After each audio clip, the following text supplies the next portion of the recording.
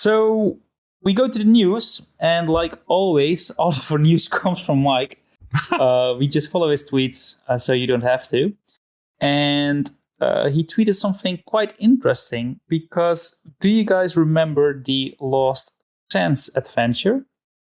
Whoa, Which one? The the only Lost Sands adventure where we were fighting for the fate of Golden Sands. Oh, yeah. So there was something added there that we were like, oh, wish this would have stayed in the game, and it didn't. And I am talking, of course, about the Keg Rowboats.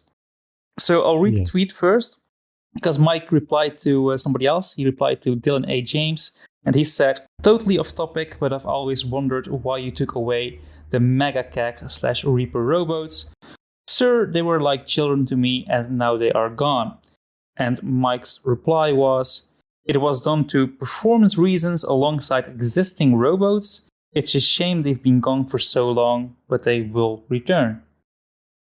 So, how do we feel about this news?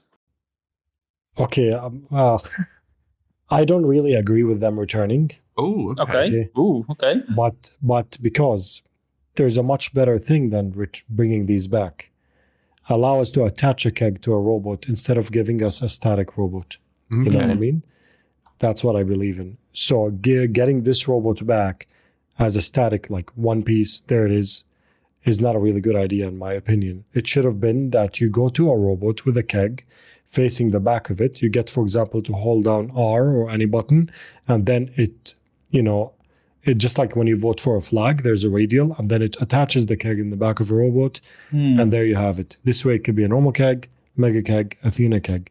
But right now, by bringing these back as they are, we are just fixed with that, and it's going to take from the kind of, what do you call it, the table, or the loot table, you can call it, of robots that you can find. You know, for example, to me, my most important thing is the cannon robot. Even though I barely carry it on me, it's the one always with cursed cannonballs, right? So by adding this keg that I'm barely going to use, Keg Robot, it's good. But, you know, you can put a keg in a robot, or you can attach it in the back. That would be better. This way, it keeps the same chance of spawning for all of them, but only if you have a keg, you can attach it on it, making it kind of a much more sandbox experience instead of static. Like, here's a keg robot. You don't want it, you can't have a robot, you know? Yeah, it's an interesting take. Could you enter the inventory on the Keg Rowboats? Do you guys remember that? Yeah, you could. They spawned with loads of cast cannonballs. Not loads. They spawned with cast cannonballs, chain shots, good food, and normal cannonballs. They're really well equipped. Yeah. All right, that's an exciting idea, Fuzzy. I kind of like that. How do you feel about it, Ray? Yeah, I'm happy they're coming back. I used them a lot to, steal veils and stuff. It was great. But I do like Fuzzy's idea. And just a small point off the back of that, for a sandbox game, Sea of Thieves doesn't have all that many resources, or, you play other sandbox games and they have crafting systems. I feel like, we have these quality of life seasons. Why not add some different materials, or expand the cooking, or, have things that can be crafted with just raw materials to just sort of open up that sandbox rather than finding it in a barrel, let's say, or finding it in a world event. I think there's a lot of scope for that if Rare really looked at it under a magnifying glass and thought, oh, what can we do with this? What can we improve? Because Fuzzy's example is really good. Another one is just repairing rowboats. We've had planks for years. Why not use them to repair rowboats? We can, right? Well, you can, but I'm using that as an example of we can take those concepts and, take it even further and add that sort of that use for resources rather than, we just use wood for repairing the ship. We just use cannonballs for shooting them at people. We just use food for eating, Yeah. Yeah, maybe make attach a harpoon and a cannon to a robot as well. Will really make it even more interactive. Yeah, or even just, you can find a mini cannon that you can't use, but you can attach it to your rowboat and you can make a cannon rowboat or a harpoon. There's that scope for just, making it a little bit more immersive and, what's the word? Not eclectic, varied. Yeah, and maybe you can use those same tools to attach to something else as well. Like if you find a harpoon, it doesn't need to be on your robot. It could be a different part of your ship. Not everywhere, but certain spots where you can attach it. You could stick it on the back railing, for example, where the flag usually goes. Things like that would, but it's temporary and destructible, so you don't always spawn with it. Things like that would be really cool. Aye. Anything to add to that, Fuzzy? No, that's just my point of view of it. They're good, but I want more flexibility. There are some things that can be a little bit worrying because they could be part of the sandbox or they could be part of an adventure again, right? Is that a concern we have? That's true. It's a possibility, isn't it? We are told that adventures are meant to be replayable next year, whether that's new adventures or they're bringing back the old ones. It was said a while ago on the last podcast, so, there hasn't been any talk of them since, so we'll see what happens. But yeah, I don't think Rare would make the same mistake twice. I think let's hope not. Yeah. in terms of that, when they've been the feedback's been pretty consistent with that. And the other concerning part about this tweet was actually it was done to performance reasons.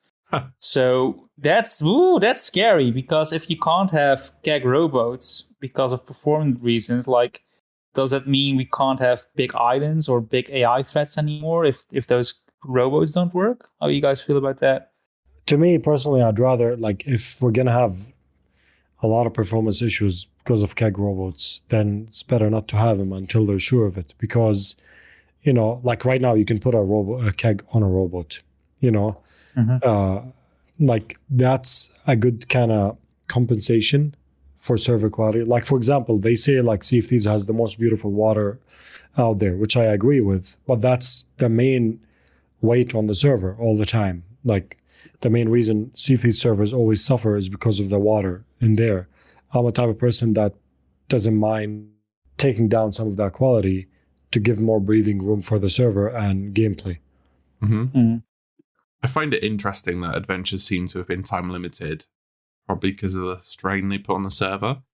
Because if they weren't, it's like having 12 or 13 tall tales added to the game that interact with the islands and cause this and that, and it needs to calculate this, it needs to calculate the shrouded ghosts, it needs to calculate forts, it needs to do the rowboats. But like Fuzzy said, it is concerning that rowboats put a strain on the server.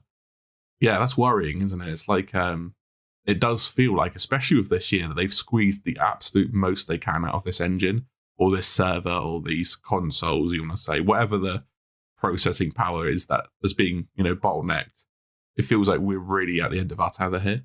Because they did this. They did the same with the Burning Blade, didn't they?